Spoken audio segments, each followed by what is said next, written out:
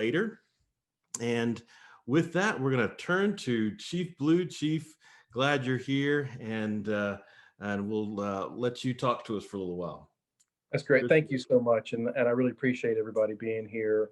I'm going to quickly introduce myself, and then I'm actually doing this from home on an iPhone. I was telling Justin I'm going to try to put some slides up on the iPhone.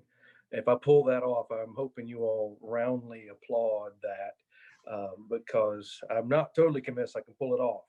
And if I don't, that's okay because I got my talking points I wanted to make. But I'd like to put a couple slides up just to guide our discussion. And I promise I won't drone on for too long because I really want to have an exchange. And we've got a nice sized group here where I think we can do that tonight. First off, I really appreciate folks having an interest in a conversation.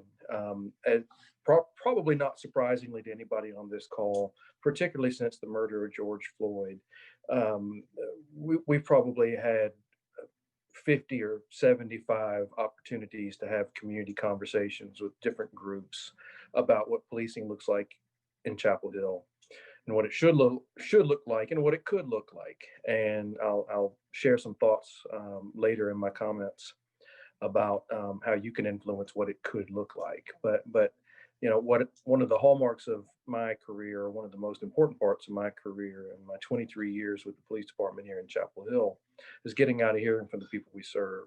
We do best when we hear from the people we serve and we hear what their interests are and how they're policed, because ultimately how we do our job should be and must be informed by the feedback we hear from the people we serve.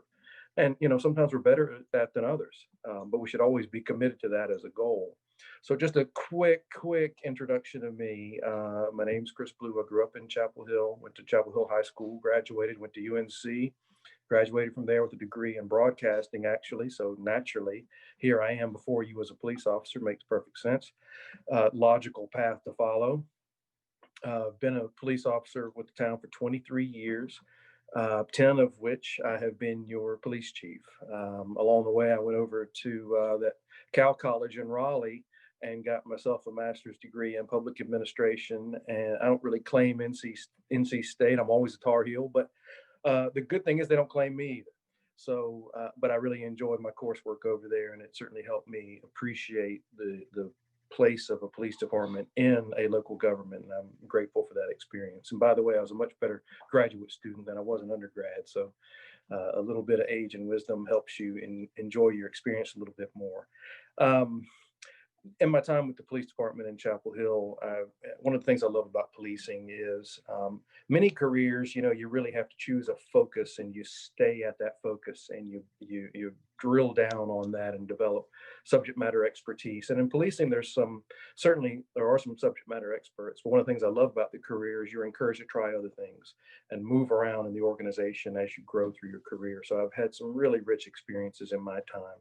And I'll probably retire in about 2 years and look forward to providing some opportunities for other folks to grow and learn. But in that time, I think we really have an opportunity to do some important things nationally and locally. I mean, this is a time when people are expecting communities and police to come together and think about their work differently. And there are a lot of examples that we can talk about tonight where I hope that will happen.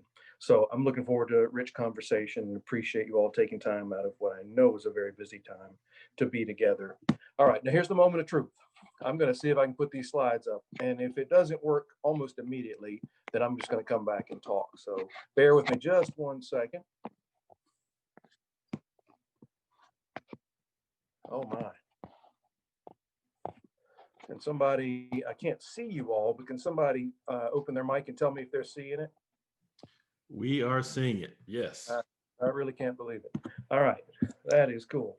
All right. Very good. So I just want to kind of hit a couple kind of high level thoughts about how we do our business as police officers in your community and some things that we're particularly proud of. So I'm scrolling this with my thumb and I hope that's moving the slides up for you all. We'll talk a little bit about partnerships. Fundamentally, police work is about building trust with the community we serve, and we're really committed to that. And some examples and there are many I think I could offer, but there are some that are particularly near and dear to my heart, and of which we're very proud that I want to offer as an example tonight. And I promise I won't talk for too long because I want to get to some exchange, but I do want to hit a few key points. Back in the early 70s, Howard Lee, then Mayor Howard Lee, had the foresight to recognize that an awful lot of community problems are not solved by traditional government models. And he actually helped establish our social work unit for the town of Chapel Hill. Over 40 some years ago, we established a full-time unit of social workers embedded into town government operations to respond to matters that just don't fit with some other agency, for problem solving. And it was unbelievably unique all those years ago. And perhaps not surprisingly, but maybe disappointingly, all these years later, I can tell you it's still unbelievably unusual for a police department to have a full-time unit of social workers embedded into their daily operations who help them solve problems, particularly since the murder of George Floyd and all of the ensuing conversation about alternative approaches to community safety since then. You're beginning to hear conversations about this co-responder model. And people talk about the co-responder model, they're talking about our model that we've had in place for all of these years. I'm really proud of that. We've had a chance to present about our model to the governor's task force that he established on this very subject of reimagining community safety.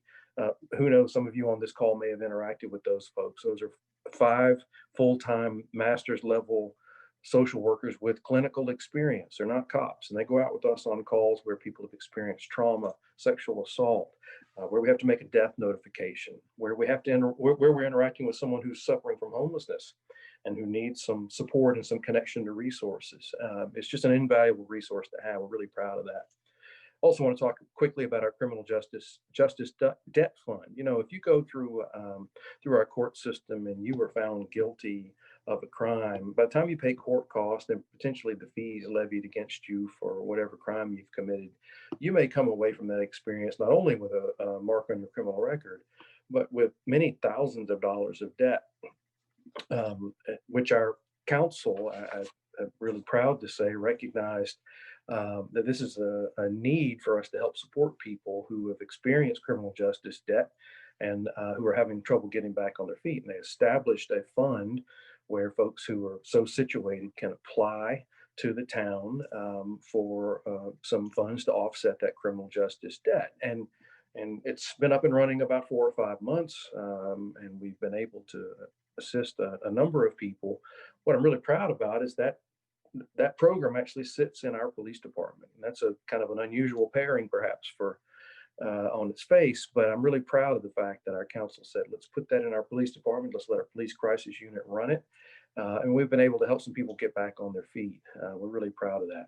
Our Good Neighbor Initiative is just an example of where we come together with a number of community partners, including probably some folks on this call, and help our neighborhoods at the beginning of every academic calendar year welcome students into what might be traditionally family neighborhoods and acquaint them with one another and help them be successful in having student rentals alongside longtime family residences.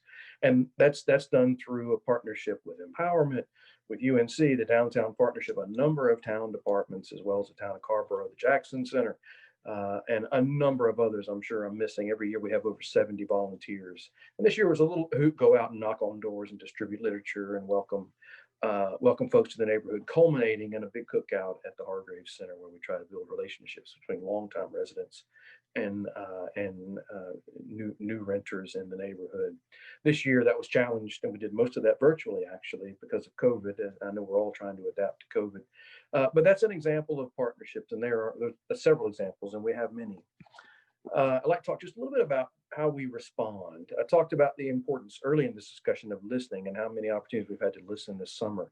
We really rely on community feedback to help inform our policy decisions and police department priorities. A powerful example of this tradition and approach happened in spring of 2015 when a group of engaged and committed and concerned community members known as the Orange County Bias-Free Policing Coalition submitted a list of recommendations to all of the elected bodies in Orange County, as well as the law enforcement agency heads in each of those jurisdictions.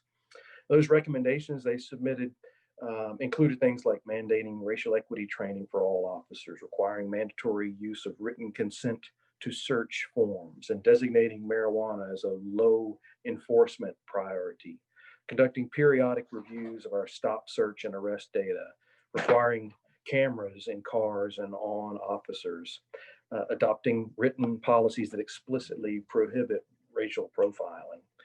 And all of those recommendations were intended to address the racial disparities that result from many of the activities referenced in them, 11 of them in total. So, how have we responded to that? Well, I won't speak to every recommendation tonight or every change that's resulted from that work, but the recommendations have informed a number of operational policies and procedures. And we've had a few years now to evaluate how we're doing. Back in 2015, some of the coalition recommendations were already in place in Chapel Hill. And pretty quickly, and with the support of our Community Policing Advisory Committee, we established policies and practices that were responsive to the others. Overall, they've been very effective. Consent searches, an area of great racial disparity nationally. In 2015, around the time we implemented written consent for such searches, approximately 14% of searches overall were based simply on the consent of the person who was being searched. In fiscal year 19, the last full year we've tabulated, that number had fallen to 3%. Of consent searches of African American drivers, the numbers pre-consent search was implementation of the form was again at 15%. Fiscal year 19, it was at 4%. So what I'm saying is we've, through that policy intervention, had an overall reduction. Still some disparity in there. That's concerning to us, but noteworthy intervention that we're proud of. I should note that the number of such searches was pretty low to begin with. In 2015, we conducted a total of 23 of them. Last year, down to a total of 5. But it's a good example of community input informing policy decisions and really meaningful solutions or outcomes resulting. I want to talk quickly about low-level marijuana enforcement. It's never been a priority for us, particularly in a college town, as you might imagine. But it has been an area and is an area nationally where racial disparities are evident. Excuse me.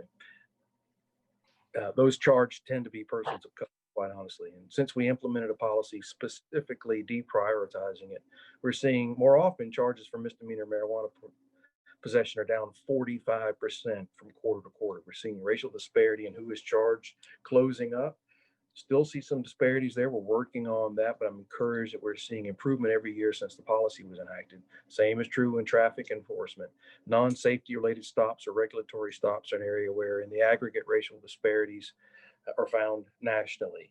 We've discouraged these stops for a number of years here and have emphasized safety related stops and are seeing good reductions through the spring and more safety focused traffic enforcement, which more closely aligns with our community and council goals. In June, our council said, thank you for your work there. We appreciate that progress. But we know this is an area where disparities, even with your good intentions and good efforts, continue to show up.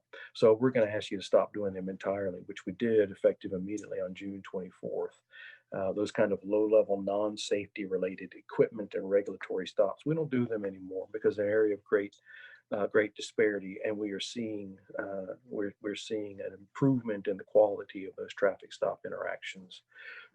Finally, and while not a recommendation of the Orange County Bias-Free Policing Coalition, we've grown increasingly aware of the disparities found in custodial physical arrests. For several years now, we've emphasized warnings when possible over criminal charges.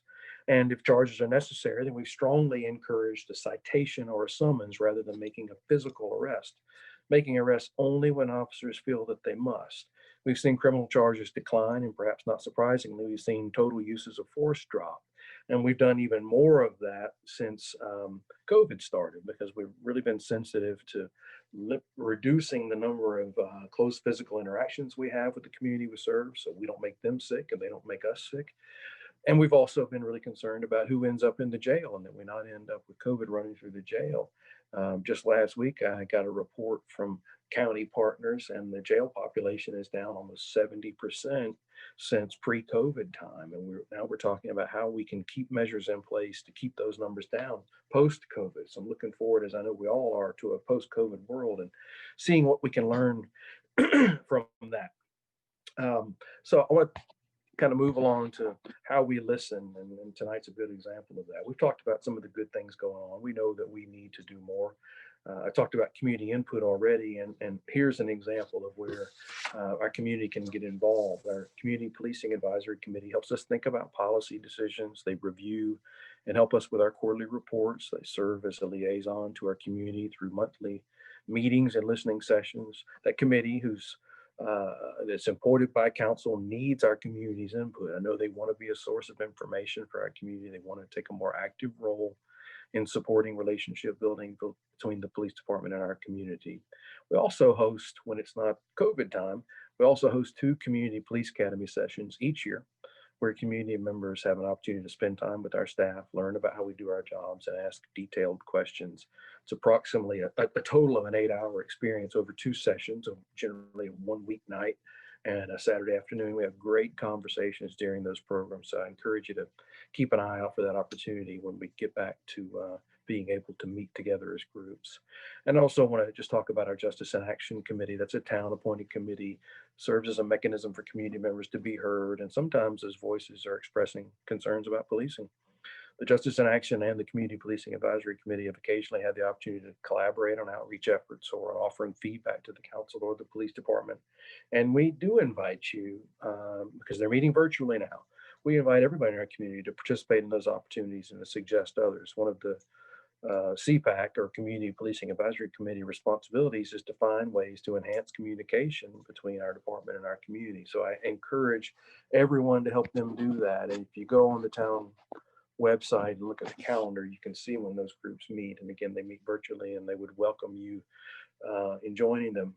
Just a couple more slides, and then we can get to some exchange here. So ways to move forward and kind of thinking about where council is right now in terms of charting a course. We look forward to continued conversations that will come. So much of what we do and have talked about over the summer is dependent upon building trust with the community that we serve. That comes through listening, working together, agreeing to be accountable to each other. We believe in that, and we will continue to do so. There are a few things I do want to highlight here. Over the summer, and some of you all may have heard about this initiative called the 8 Can't Wait Project. That's a project that asks cities and police departments to adopt more restrictive use of force policies and suggests that doing so can dramatically reduce the use of force in all daily encounters, and that those recommendations ought to be implemented immediately. They include things like banning chokeholds and strangleholds, which we've done, requiring de-escalation, which we do, requiring a warning before shooting, and exhausting all other alternatives. And of course, we do that as well. That's been our policy always. Duty to intervene if an officer sees a coworker violating policies. And I think that comes to mind when people think about the murder of George Floyd and officers standing around while another officer leans on his neck. And a duty to intervene has been in our policy for years. So I share that banning shooting at moving vehicles, and requiring a clear use of force policy, and requiring comprehensive reporting on use of force. I share those with you because we're really proud when that initiative came out over the summer to see that just about all of our policies already aligned with or supported that 8 Can't Wait project. But I share that with you because many of you may have heard about it. I also want to mention that through the fall, you will likely see an opportunity through our council appointed task force around reimagining community safety for some town hall meetings, maybe different versions of conversations like the one we're having tonight. Our local NAACP chapters already hosted a couple of those that I've had a chance to participate in. You can find those on the local chapter's website. But our council, as part of their work over the summer and thinking about how we might move forward in a time when people are expecting action around policing in Chapel Hill, they've established a task force to reimagine what community safety might look like in Chapel Hill. And that group is 11 appointees, and 2 alternates had their first meeting this past Monday night, actually. And they will meet a couple of times a month, at least through March and perhaps beyond. And their charge is long. You can find it on the town website and detailed, but it really is intended to get at how we might think differently and more comprehensively about providing safety in Chapel Hill. And some of that might include thinking about how we reallocate resources from the police department to support other services in our community that can enhance safety here. And I'll talk a little bit about that on the last slide. I encourage you to look for opportunities to provide information and feedback to that task force. They are made up of community members just like you, with an interest and some of their own lived experience.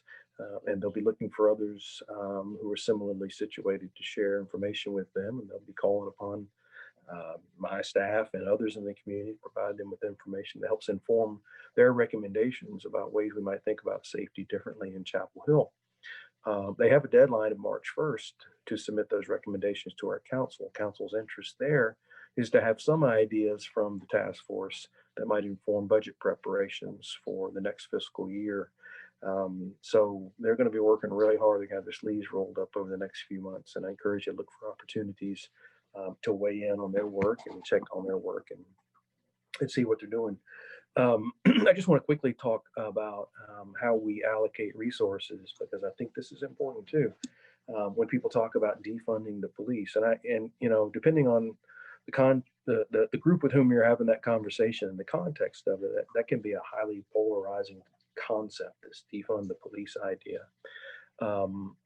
What I think it might mean in our community is taking a look at where we might take unused police dollars and use them elsewhere to shore up safety opportunities and services that are underserved, or I'm sorry, underfunded in our community right now. And there are many of those.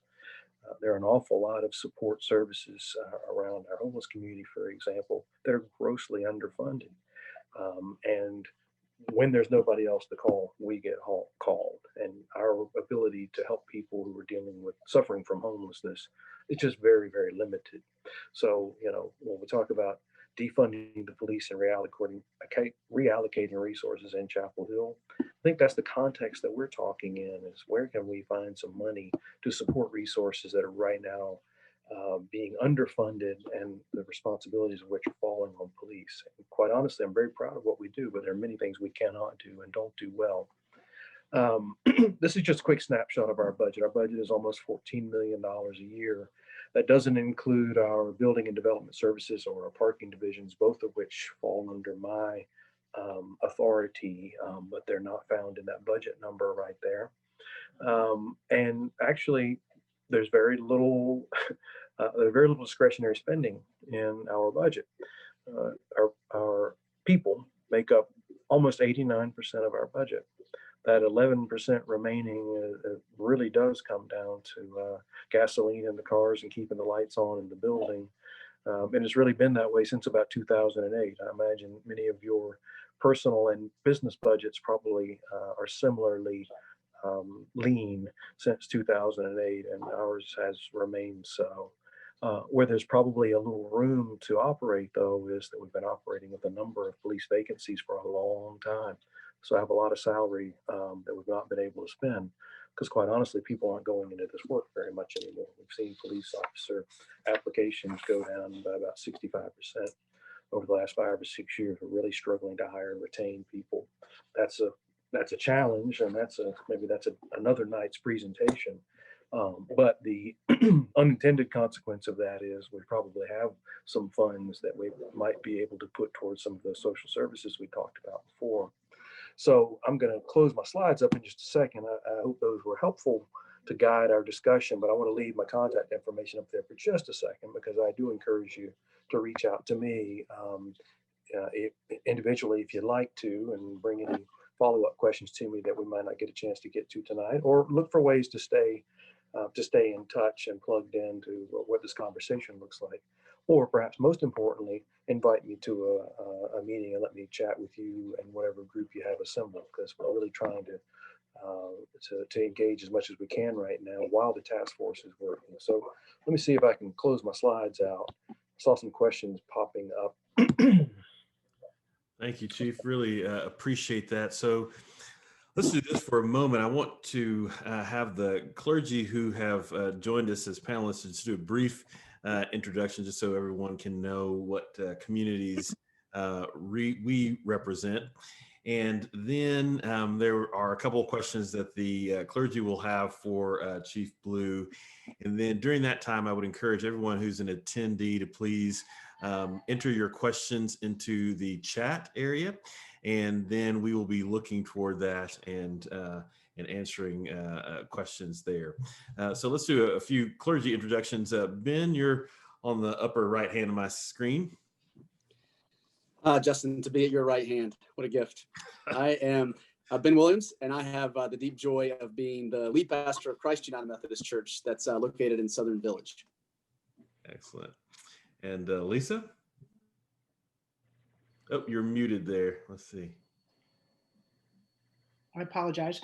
I'm Lisa Fishbeck. I am what's called the vicar or the pastor at the Episcopal Church of the Advocate up off of Homestead Road, North Chapel Hill. Michael? Good evening. I'm Michael Cousin, the pastor of St. Paul AME Church, which is the gateway to Carrboro, where we're located. So it's good to be here tonight. Donnie? Jones. I'm the pastor at Hamley United Methodist Church, right next to the Y in Chapel Hill. Excellent. Dottie? Yes, I'm Dottie Henniger, and I'm a member at Chapel Hill Friends Meeting. And I am Justin Coleman, Senior Pastor at University United Methodist Church. All right, so we've got a couple questions from clergy that are listed in the chat. We will perhaps have others that will lift up as well. But please, if you're an attendee, please begin to populate our chat with questions. So one question was, are tasers available for all officers? Yes. I wonder if there's more to that question. Yeah. Let me just there more to that question? Let me say a few more things about it, and then if there's follow-up, I'm glad to hear about it. Tasers are one of our tools that we use to help manage the level of force we use. And I was actually looking at a use of force report today, a quarterly report, and I have to say, taser is a really effective tool. And what I mean by that is we oftentimes display a taser and tell someone we're going to deploy a taser, and we gain compliance from that. But we record every use of force. And the reason I want to speak just a second about that is, to me, the threatened use of any implement is a use of force. And so we document that. So if I pull my taser out and say, please put your hands behind your back, if you don't put your hands behind your back, I may use a taser on you. That's still a use of force in our mind. And so, or in our policy, I should say, actually, more officially. And so we document that too. So a taser is ineffective, and we investigate whether it's an appropriate potential deployment to begin with. It's a valuable tool. Thankfully, and I'm knocking on wood right now, we rarely deploy a taser in terms of actually firing the probes, because it really hurts. It's a very effective tool. It's 5 seconds of severe pain compliance, after which it stops hurting. But I will tell you, I was one of the first ones to have it deployed on me when we first got them. It's unbelievably painful. And we think it's valuable for officers to understand and have some empathy around the use of tools like that. We rarely deploy those things anymore. And I'm proud of that. But I would also say that there are very serious situations where that tool is a wonderful substitute to something more serious. But you all have seen cases where tasers, coupled with other circumstances, can lead to really catastrophic and sometimes deadly circumstances. So it is a tool that we don't take lightly. It's much more serious than pepper spray, for example. And our officers know that, and we don't use it lightly. But yes, all of our uniformed officers have a taser assigned to them.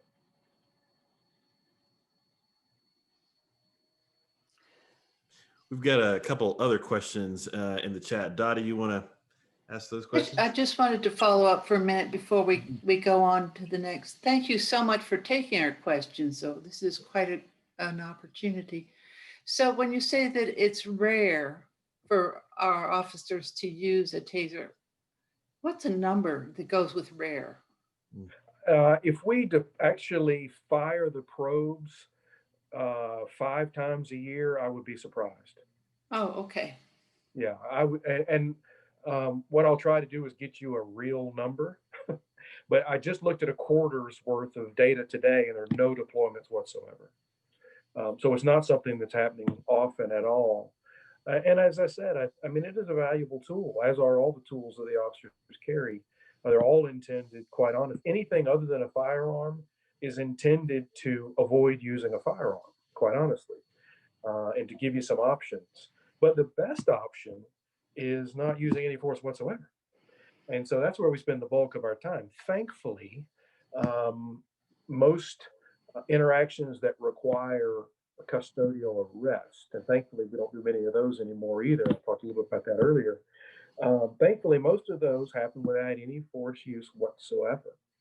If you think about it, and I'm kind of making this number up, just to get us in the ballpark, we have 5,000 calls for service per quarter, and we might use force a dozen times in a quarter. And again, force for us can mean wrestling someone to the ground. It can also mean the implied or threatened use of that taser. It can also mean even forcefully pushing someone to the ground who is fighting you. So use of force spans a range of things, and we average about a dozen use of forces over a quarter. That's an unbelievably low number when you consider a significant number of those are involuntary commitments, and those can be some of the most dangerous and volatile physical experiences that a community member and officer goes through. Is pepper spray considered a use of force? Absolutely. Absolutely. Yes. And if you've ever experienced it, you would agree that it is absolutely a use of force. And in fact, I mean, pepper spray has much longer effects than taser. Taser just sometimes can have associated effects, and you all have seen stories about that. Pepper spray is kind of like when you rub your eye with some Texas Pete on your finger by accident.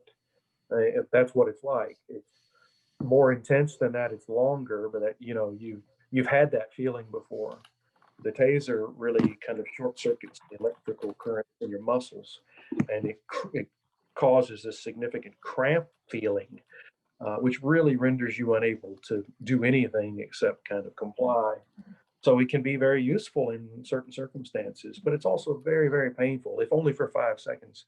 But that's a long 5 seconds, I can tell you from experience. And again, we use it sparingly. I'm pleased to report that.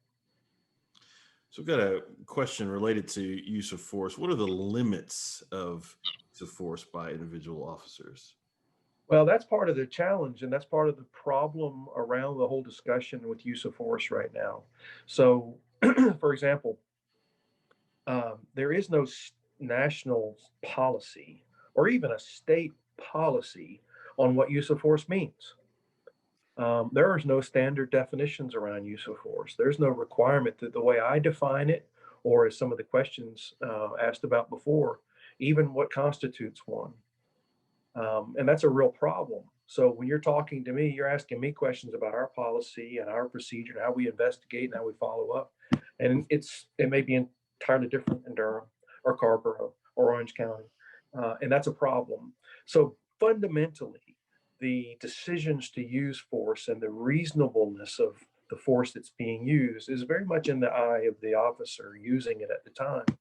And that's not something I made up. That's pursuant to case law that the Supreme Court has come down on, and that is binding nationally. Excuse me.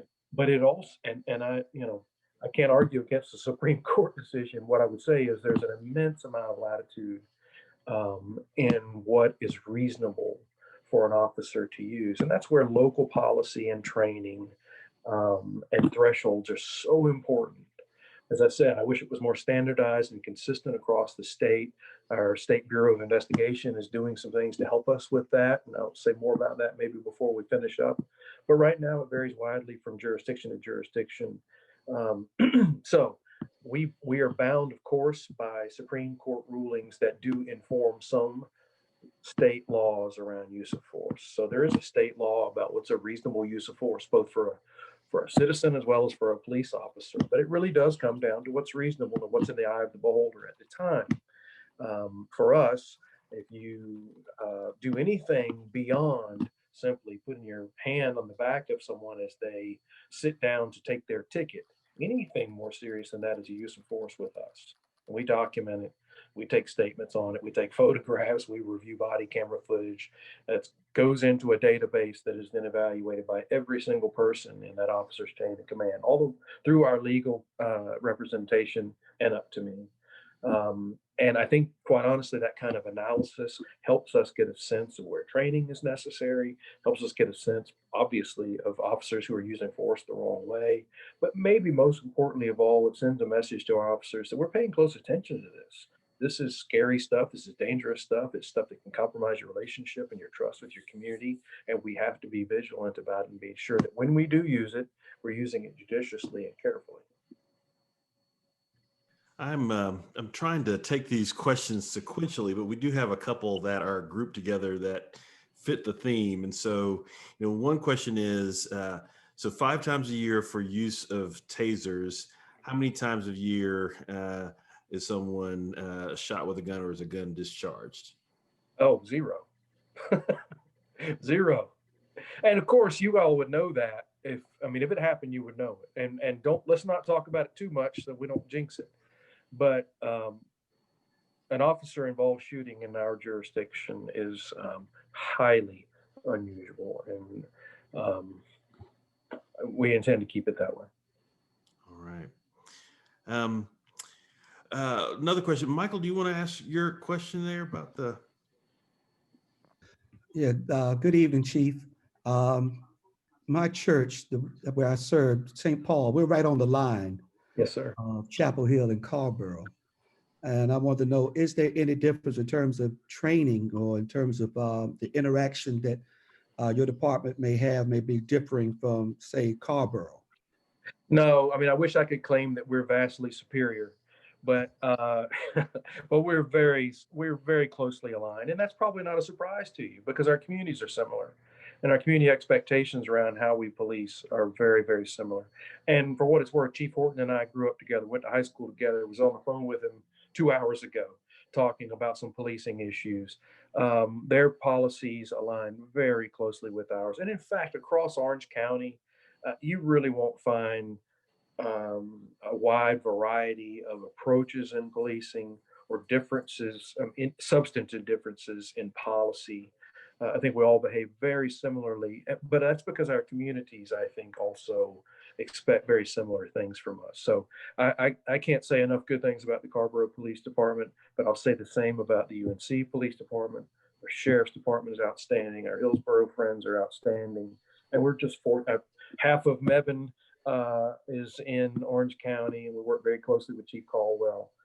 We're really fortunate that the relationships are strong. Our agencies complement and support each other, and the way we operate is very similar too. And then finally, I would say one more important element to that, before we claim all the credit for it, is we have a district attorney who prosecutes all of our cases, and who has also strong feelings about how we do our work.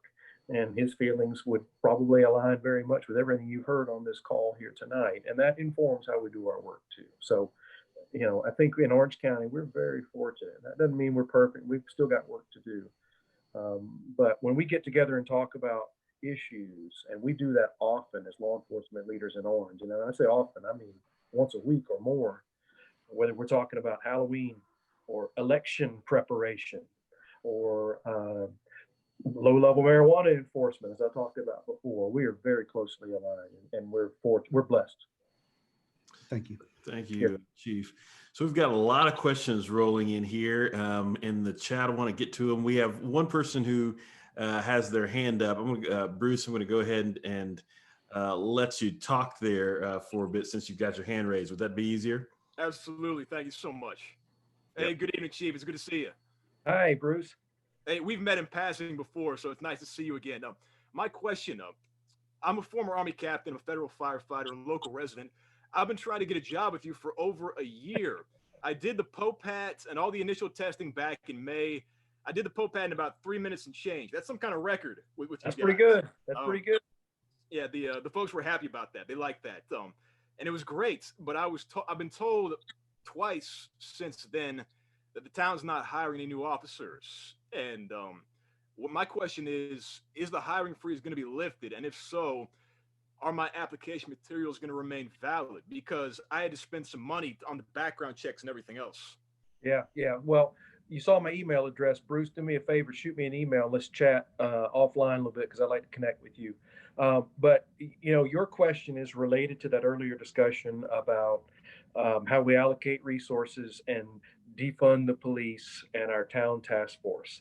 So let me say a few things. And COVID just adds complications to my answer.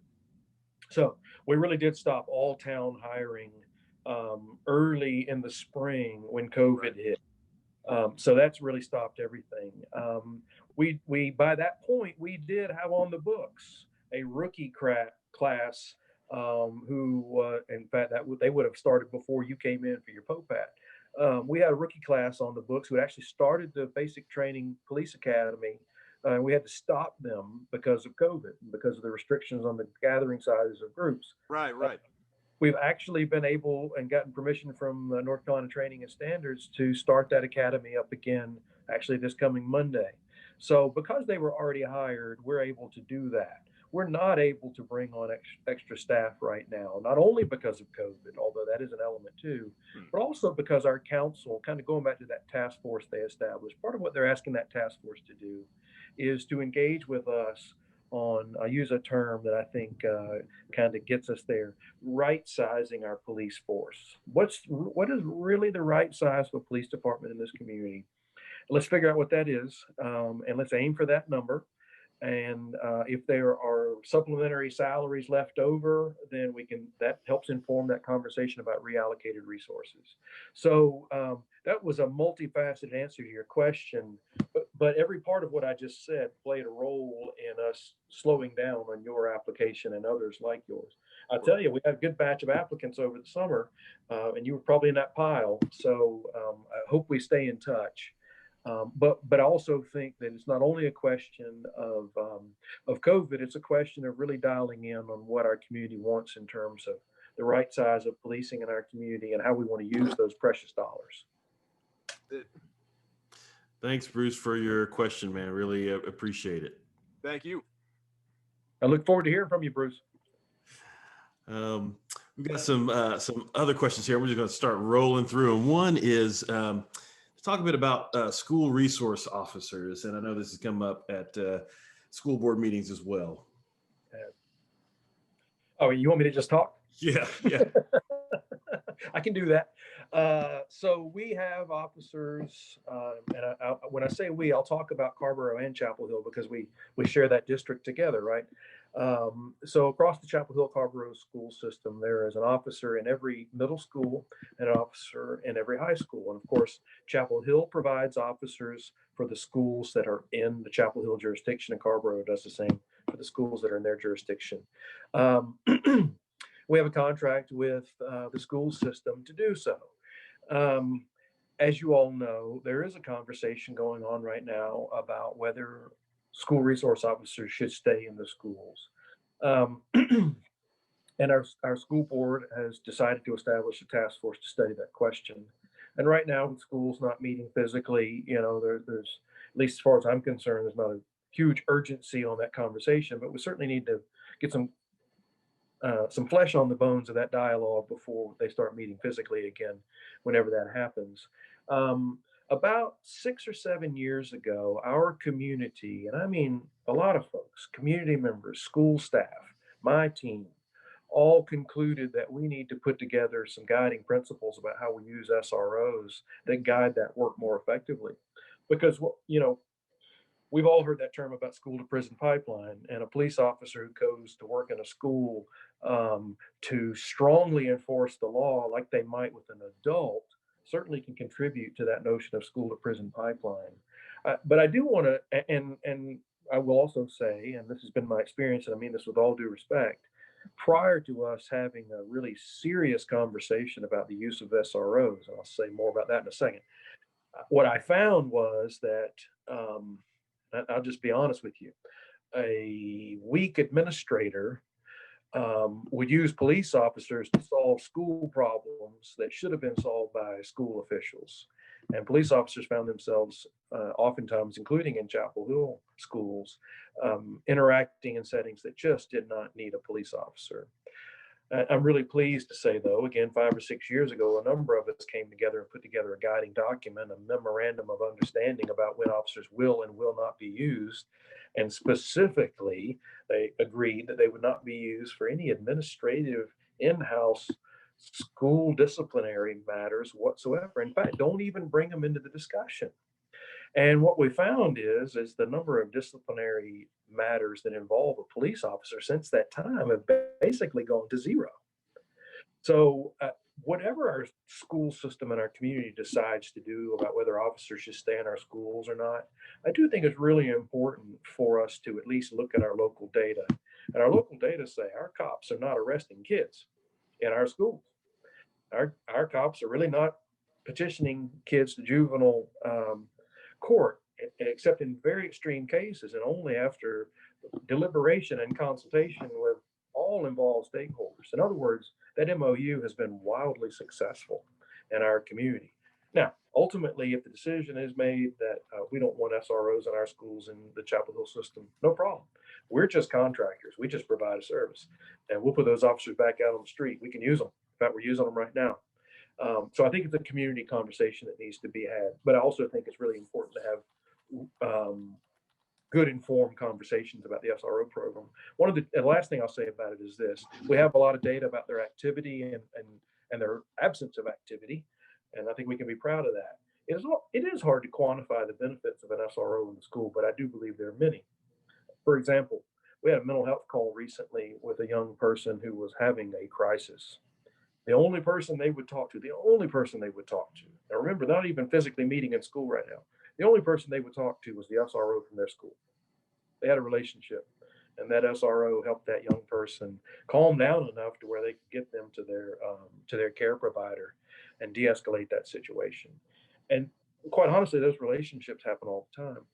They're hard to quantify, hard to put a value on them, and ultimately our community just have to decide what they want to do with SROs. And I don't have a real strong feeling either way. It's a community discussion, but it's a program that we've had in place for a long time, and I just think it's gotten better and better as it's gone. We'll see how the conversation goes. Thank you, Chief. There is a question about whether you or your officers might be able to have any of these kinds of conversations in neighborhoods, or is this all being done on Zoom? Particularly, wondering if you could meet with some of the children and teens in the Glen Lennox apartments and other neighborhoods. And so, are there ways that you and I talked a little bit about possible meeting with youth earlier, but what are your thoughts on that? Yeah, we'll figure it out. I mean, the default position is these virtual discussions, and you can reach a lot of people that way, but you don't have the same level of intimacy and engagement. If we've been having this conversation 5 months ago, I'd say, I don't think so. But the world's changed a little bit, and we've all gotten a little more comfortable, and the governor's orders have allowed us a little more latitude in getting together. So we're trying to get out to as many groups as we can. So yeah, I'd love to talk about that. And if folks will email me, cblue@townofchapelhill.org. We'll figure out a way to do it. We're never going to say no to one of those opportunities. We'll figure out a way. And by the way, one quick editorial comment about that. Early in my career, one of my primary jobs for about 5 years was doing community outreach. And there was a time that Neighborhood Watch was actually a really big deal in Chapel Hill. And we had them in all kinds of neighborhoods.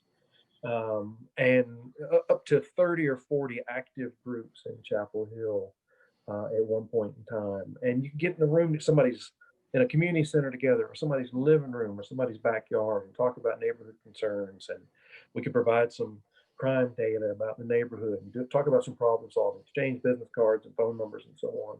And in this virtual world we're all in now, even pre-COVID, folks don't get together like that anymore. They don't know their neighbors like they used to. I know I'm painting with broad strokes here, but I just say that to say I would love for someone to invite us to a neighborhood. It does happen sometimes, but just not nearly as much as it used to. And yes, we will come. So please let us know. Got a question here. How can community members not fear a police officer who carries firearms? And then second part of that question is, do you have different officers that are trained to respond to different situations? The first part of the question, I don't know. It's a great question. I mean, some feedback. I think some of you all might be able to answer that question better than I could. I'm not a big gun guy.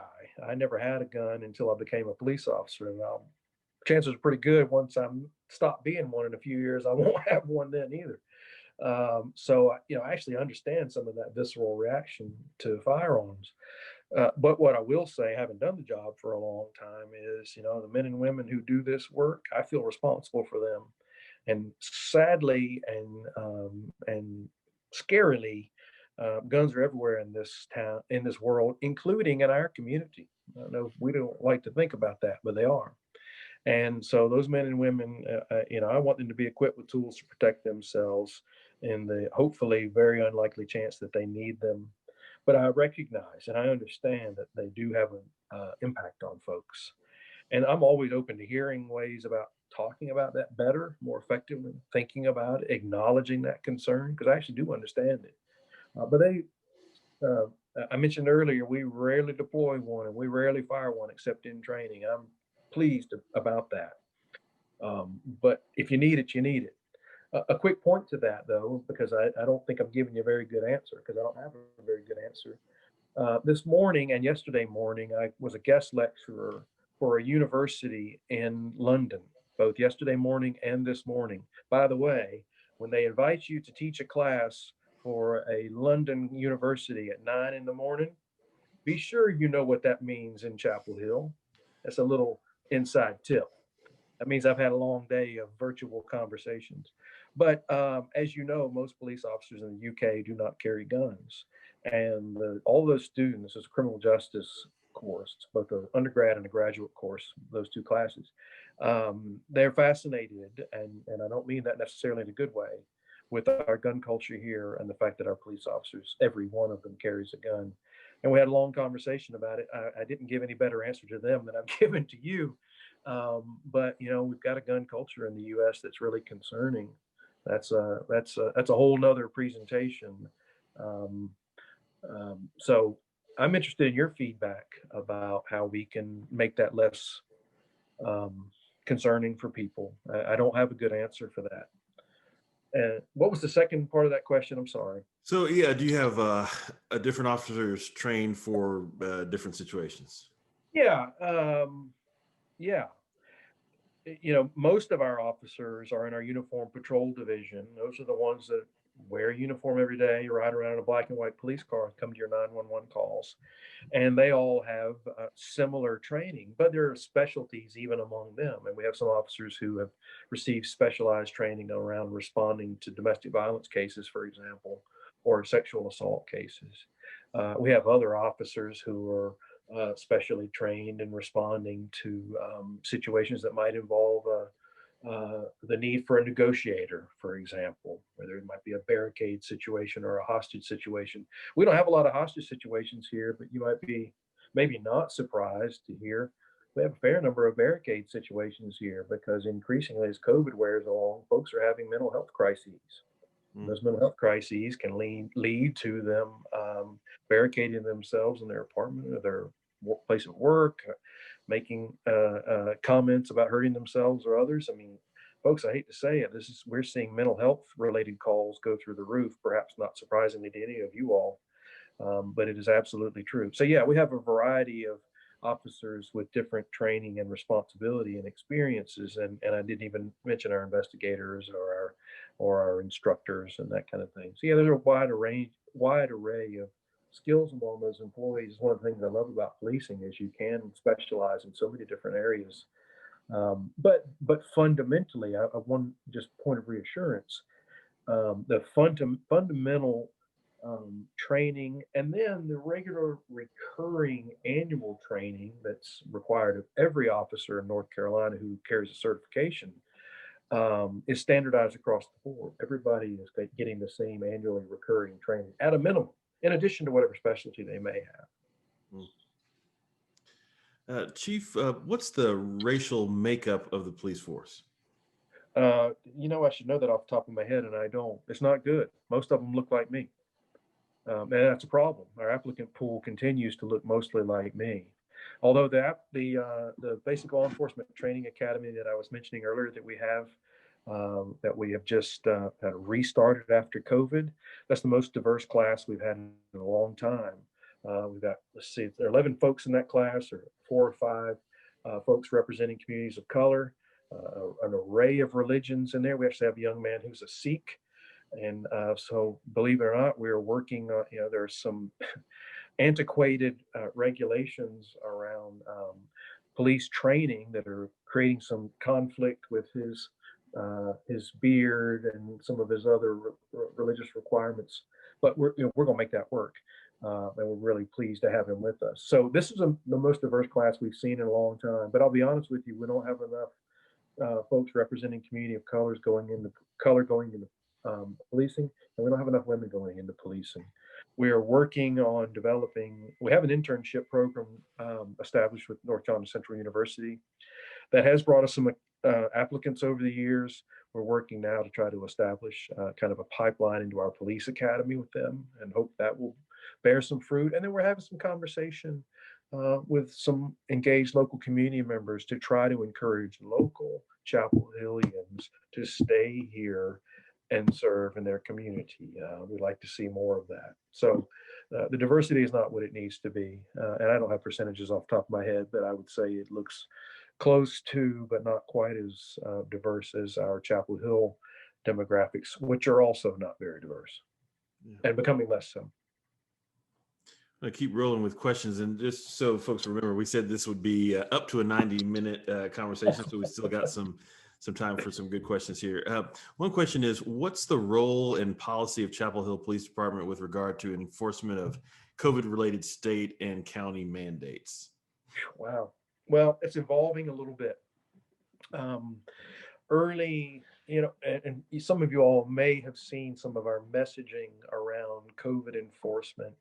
I mean, we've tried very hard, I think, as has every agency across North Carolina,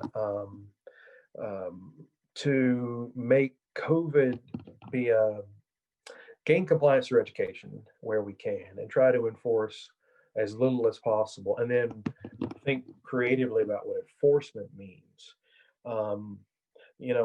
And there are some kind of nuances to the governor's order that challenge us in actually doing local enforcement. I won't bore you with all of that, but I'll just say our position has been educate first and enforce as a last resort, if at all possible. That worked pretty well when we didn't have students in town. And early in the shutdown, when just about everything was shut down, we found that educating, you get a complaint or there's a report of a potential violation, you go there. If you see a violation, you warn and educate. If you don't see a violation, you educate anyway. You document that you were there, and chances are pretty good you don't go back. And we saw that through the first several months of COVID. And I mean this with all due respect and no judgment. When students came back to town, we saw repeat violations, and that's probably no surprise to anybody. So we created a pretty rigorous reporting system where if we got a complaint on your apartment or residence or fraternity house, sorority house, wherever, we would warn you once. If we came back, we would probably charge you. But I would also say that we have really been, I think, thoughtful about what charging means. I don't think any of us feel good about creating a criminal record. I mean, violation of the governor's order is a class 3 misdemeanor. So I don't think any of us have felt good about creating a criminal record when a 19-year-old is doing exactly what we expected them to do, which was hang out with their friends, which is the same thing any of us would have done when we were 19, probably, order or not. Maybe you all wouldn't, but I'm pretty sure I and my friends would have. So but that doesn't mean we didn't think accountability was important. We do. In Orange County, we have what's called a program called OCPAD, Orange County Pre-Arrest Diversion. And it's essentially a program where if you observe a criminal violation, fairly low-level criminal violation, like, for example, a class 3 misdemeanor, you can divert that person who has done that violation into kind of a therapeutic program. They have to do some coursework, some community service kind of thing. And if they complete that stuff, their charges go away. If they fail to complete it, then their charges are reinstated and they have to go through the court process. And so we have, instead of just immediately initiating a criminal charge on people who have been warned and then violated again, we're using that diversion program exclusively. And so again, there is some culpability there, but they're not automatically ending up with a criminal record. We've done that across the board and it's been pretty successful. The other thing, and I think a more important and better accountability tool, is we're sharing all that information with our university partners on a daily basis. Because quite honestly, the university is much better equipped to hold students accountable than we are, and their tools are probably more effective and can be executed more swiftly. And again, maybe don't have that effect of leaving someone with a criminal record.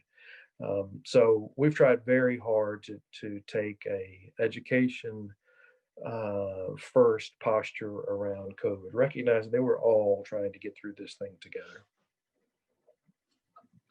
Chief, I'm going to skip around just a little bit here, but here's a question that may be on many folks' minds. Are there plans and preparations being made for possible post-election protests? Yeah. I talked about my conversations with my fellow law enforcement heads across the county earlier today. We're in regular communication and doing joint planning for really the period starting probably Monday, for at least the first few days and maybe for the first few weeks, depending on how things shake out Tuesday. If there's a landslide wind there, depending on where that lands, things may be fine. If there's a landslide wind in another direction, things may not be okay. If there's a protracted period of indecision, in many ways, that's the most concerning thing of all, because the intelligence suggests, I don't think I'm telling you any secrets here, intelligence suggests and history suggests that all kinds of folks are going to claim credit for winning, and temperatures potentially are going to come up. And we know that there are provocateurs out there who will come to our community to get a rise out of our community members, and that's of great concern to us. So, without getting too political, I'll just say that I'm really not so worried about folks in our community and how they're going to react. I worry greatly on how our community will react if folks come to our community to provoke action. And we're having a lot of conversation about that.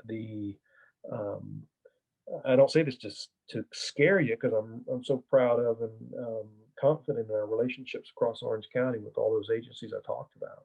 We're all committed to supporting each other, all these communities. But we're going to have to look out for each other, because every community across this state is having the same conversation right now. They're all thinking about taking care of their community in a period where unrest is possible. So yes, we're talking about it a lot. We will have extra staff on duty starting early next week. And like you, we will be paying close attention to which way the world is going. Thank you, Chief.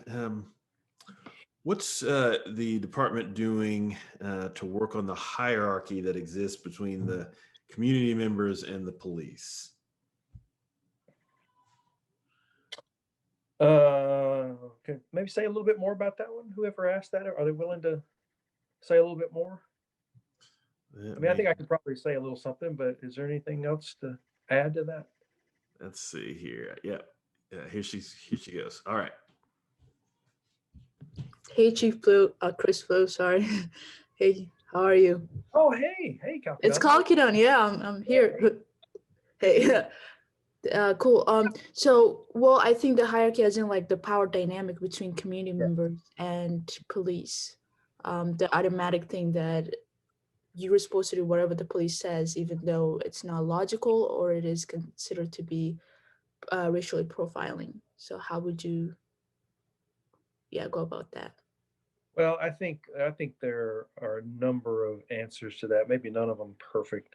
I think fundamentally every interaction is an opportunity to build trust, to maybe dispel some misunderstanding in every direction, by the way, and to build relationships. And we always have talked about that in our agency since I came here 23 years ago, about the value of trust. If our community doesn't trust us and doesn't believe in how we're doing our jobs, we cannot keep a community safe. People won't call us, they won't report crime, they won't tell us things we need to know to help keep them safe. So first off, we talk about that with our officers every day, about using every interaction as an opportunity to build some trust. But your question is kind of related to the question about the gun earlier. I mean, there are parts of our job that are just scary looking and intimidating, and we have to be aware of that and own that and be willing to talk about it, and hear from our community about ways they'd like to see that done differently, or how they'd like to see those interactions happen differently. I will say one thing that I think many of my police friends would, maybe not so many of them here or around me, but in other jurisdictions, they might grimace when I say this. But I think one of the things we have to be willing to do is think about ways to reduce police interactions with the community. I mean, it kind of goes to that discussion about dispatching a police officer to solve a homelessness problem. We can't solve that. But who else are you going to call except 911 when there's somebody who is seeking shelter in the front of your storefront and you're trying to open for business? And so as communities, we have to get serious about providing alternatives to calling 911. I have great confidence in my officers when they come to that call in terms of how they're going to behave and how they're going to interact and how they're going to be aware of that power imbalance you talk about. But you can't help but acknowledge that it exists, and I agree with you, it does exist, and we know that injecting that power imbalance into a call where that police officer, quite honestly, is not equipped to solve the problem doesn't help. But I think why these kinds of conversations, why I'm so excited about the work that can be done by our task force, is we need to hear from the people we serve about how to best answer that question. I'm really proud of the folks that we send to your call when you call 911. I really am. But how they're received and how they might do a better job and how they might try to mitigate some of that imbalance you're talking about, folks in our community can help us answer that probably much better than I ever could. But can I just have a follow-up question? Sure. How do you respond to calls like, oh, there's a Black man walking the neighborhood, or calls like that racially profile people of color? Great question. Oftentimes we don't respond at all. Oh, okay. I'm going to tell you something that probably won't surprise anybody on this call. There are certain neighborhood. Well, I'll just let me say. Hang on a minute. Let me say this the right way. I could be sitting around a group of police officers, and I can hear a call come out on certain streets in Chapel Hill where they say, caller says there's a suspicious person walking on the sidewalk in front of the house next door. And before they finish the dispatch, we know what neighborhood it is, and we know they're not going to have another piece of information to say. What we already know is that it's a rich white neighborhood, and there's a person of color walking down the sidewalk. We know it. This happens, I'm sorry to say it, folks, even in our perfect, beloved community, this happens a half dozen times a day. Now, I'm really proud of my folks. My folks will say to the dispatcher, if you don't have anything more suspicious than that, that's not a suspicious call, and we ain't going. And that's a fact. But I'm going to tell you, I can say that all day long. Our communities talking about that. Communities need to be talking about that with each other. Let me tell you a heartbreaking call I heard about 6 months ago. Hey, you guys listen to this. You tell me what a police officer can do with this. Middle of the day, beautiful sunny afternoon, we get a call to go check on a suspicious person on SD Drive near the post office. And I subsequently come to learn an elderly white woman called 911 and said, there's a young black man pushing a bicycle up the sidewalk in front of the post office. We need an officer to come check and see if it's stolen. That was the 911 call. That was the 911 call in our community. Now, I'm really proud of my officers who said, I'm sorry, unless you got more than that, we're not going. I'm really proud of that.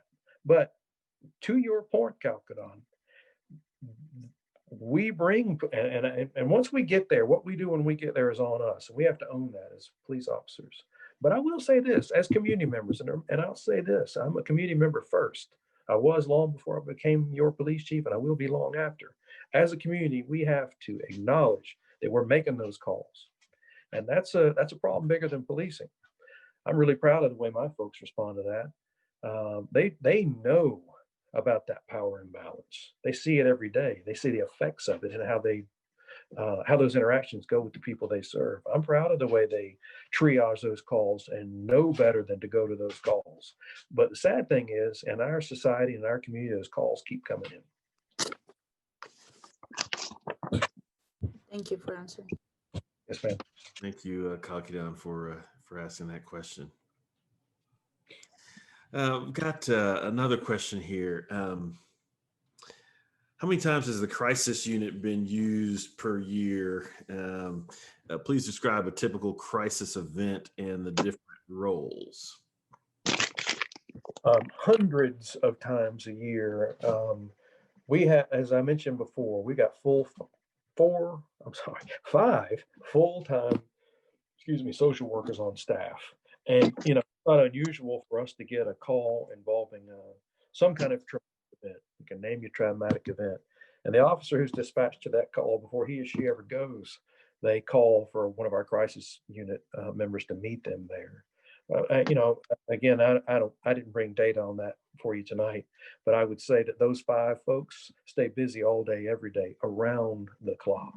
So if we're going to a call where there's a sexual assault victim, domestic violence victim, a mental health angle, a substance abuse angle, a situation where we may have to make a death notification to a family, situation where we need to help someone find shelter, any and all of those and many, many more, one of those social workers is going with us. And actually, increasingly, they're going without us if we feel confident it's a call where they can do that safely, which I think is also that kind of evolution of that co-responder model we talked about before. If I had five more folks in our crisis unit, we could really get after some of these issues around folks who are living unsheltered in our community, in concert with our county partners who are doing some good work there too. And that's one example of many where I think we've really got to double down on applying those resources. Got another question here. Hey, Mike, you're listening. Would you be willing to ask your question aloud there? There we go. All right, there you go, Mike. Mike, I think we can hear you. Can you hear me? Yep. Yeah, Chief Blue. First of all, we're going to miss you this Halloween in the basement of the church. Well, I can't say I'm going to miss you all, but if we can afford a Halloween, I'm going to be delighted. My question is, a couple of years ago, it appeared that there was an initiative for the officers to kind of be assigned or have a certain section of town they worked in, and they really got out and got to know the people in that area of town and in the community. They came in and met with us, and what we found was that it was invaluable because it allowed us to get to know the community better, and especially in the downtown area where there's homelessness prevalent, and then also a lot of panhandling and so forth. It helped us understand the community and interact with the community better because we knew who they were, or we could ask the police officers about them. I don't want to make a phone call to have you come kick someone off of sleeping on our front porch. because they won't move. I'd rather handle it in a better fashion than have a police officer. But when we don't know who those people are, it makes it difficult and it can be uncomfortable. And so I just wondered, did that get scaled back? Because it seems like for about the last year and a half, we haven't had nearly as many of the officers walking up and down the street. And I wondered if that was going to be coming back, because I thought during that time, it felt a whole lot more comfortable on Franklin Street. And I certainly could convey to our members a better knowledge of who the people were around us, because I had better information on them. And so I just wanted to ask about that. Yeah, thank you for that. It's a good question. A couple thoughts to that. One, in no particular order of priority. We hear often that folks want to see more police officers downtown from some folks. And by the way, and perhaps not surprisingly, we hear from some folks that they don't want to see more police officers downtown. It kind of depends on your point of view. Some ways it goes back to Calkidon's question before. So I think that's why it's important for community members to be heard through this task force work this fall about what really policing should look like in our community. A couple more specific answers to your question, though. COVID has affected how much we're out and about. And although we're doing more now, the first 3 or 4 months of COVID, we were really deliberate about how much we had our officers out interacting. And some of what you're describing has most certainly been an unintended consequence of that, is that you don't see us as much. So that's one reason. And I think I know we are working on kind of relaxing some of those COVID restrictions so we're out and more visible, particularly as there's more activity happening out now too. But also a reality is we are shorter staffed now than we've been in a long time. I mentioned earlier about how law enforcement applications have dropped so dramatically. They have. They're down, by 2/3 over the last 4 or 5 years, and the applicant pools generally are not very good. So we're really struggling to hire folks, and it's unbelievably competitive. And quite honestly, some of what we're able to put out on the street right now is a reflection of that. Now, the good news is, I'm just looking at crime stats today, and the actual practical effects of that have not been devastating. Our crime rates are still very, very low. This is a very safe place to be. But I also know that there are many folks reassured by seeing a police officer, and we're aware of that, and we're hoping to be able to provide a little more of that. In the meantime, though, Mike, I don't know if you and others on this call are aware that Orange County has established a group of street outreach workers who are just getting up and running about a week or so ago. It's a unit of 3 folks, one kind of coordinator and administrator, and 2 full-time on the ground in the field folks whose sole purpose is to get out and interact with folks who are experiencing homelessness, develop relationships with them, kind of help them with case management. And they're in the process of making their way around to businesses and organizations downtown. They've had some conversations with the Downtown Partnership. I feel confident they'll be reaching out to you all if they haven't already, to establish some contact for them. So you could, I never want to discourage you from calling 911 and get an officer there, but hopefully in the next weeks and months, you'll be able to call them and they'll be able to come over and know the person with whom you're interacting and help connect them immediately to the resources that they need. We're really excited about that program because, again, they will be able to do some things we will not, and it will be their sole focus.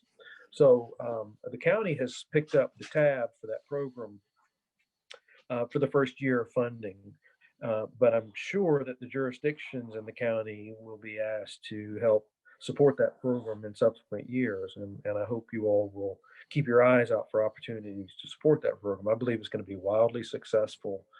Because a number of the folks you're talking about in the chronically unsheltered population, they really need some strong support in case management and really almost a full-time kind of support. And that's not something that we or our crisis unit folks are able to provide, and probably not the right folks to do it anyway. So I'll ensure, Mike, that you all get some contact from them. Yeah, I appreciate that because in normal times, our doors are always open, Yeah. as your officers know, for anyone to walk in off the street, use the restroom, and so forth. But we also have a good partnership with being able to send them to the IFC and being able to get their needs taken care of in the proper fashion. And where the relationship with the officers help us is knowing whether that person is someone who is chronically just looking for an easy way out, or someone who really needs help. And that's kind of what we've missed, even a little bit before COVID. And the understaffing, I can understand if that's the issue, because I thought that was a really good partnership on the street that worked well. So anyway, thanks for answering the question. Yeah, Thanks, thank Mike. you. We'll be sure that that contact happens. And by the way, it's not that I don't want to see you. I just don't want to see you on Halloween. So we've got maybe time for one more question, and apologies if we've not gotten to your question. This last one is an important one. I know it's one that is on many of our minds because it's in the ether, it's in the conversation around our communities. So what's the discussion with your officers about Black Lives Matter? One of our attendees says that they were concerned to see a Chapel Hill police car drive by the Binkley Black Lives Matter vigil and give a thumbs down. And that was very disappointing to see. So Chief, in this time of conversation about Black Lives Matter, Blue Lives Matter, how do you talk about that at the department? Well, I would be very disappointed to see that too. And if that happened as described, first off, I'm surprised, but I'm also very sorry to hear that. And what I would ask you all to do, you all are engaged community partners, or you wouldn't be on this call. If you ever see something like that happen, you call me. My cell phone number is as follows, and I'm going to ask you to write it down. It's 919-612-8900.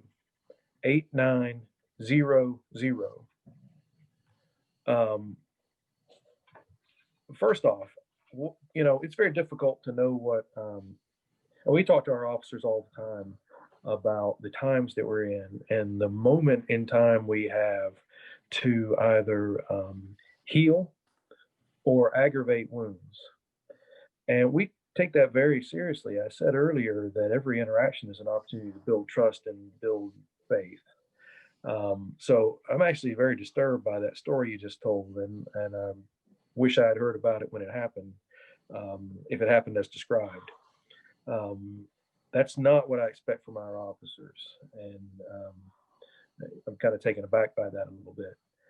For a long time, we have been focused in our agency and really in our town on the realization that there are imbalances of power between governments and communities, and particularly between police agencies and communities, and really tried to lean into our responsibility to acknowledge that and to try to mitigate it and equalize it where we can, recognizing that some of our work makes that difficult, but that it is a worthwhile endeavor. And my officers go through, and I'm not suggesting that check the box training, which is what this sounds like sometimes, is nearly enough.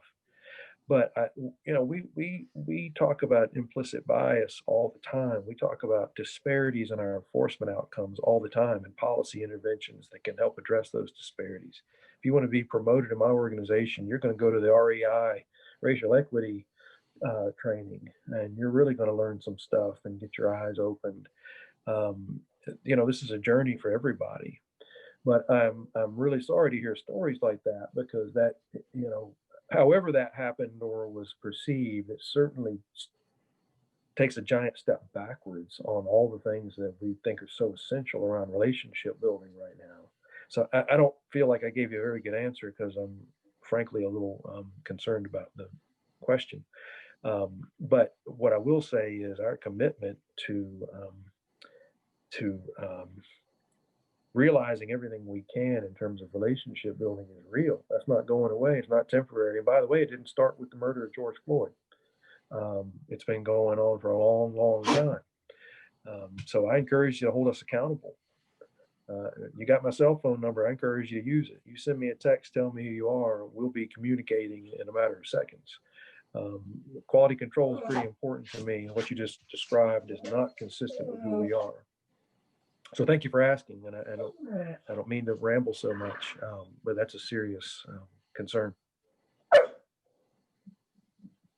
Thank you, Chief Blue. We are about at our time. I appreciate everybody for coming tonight.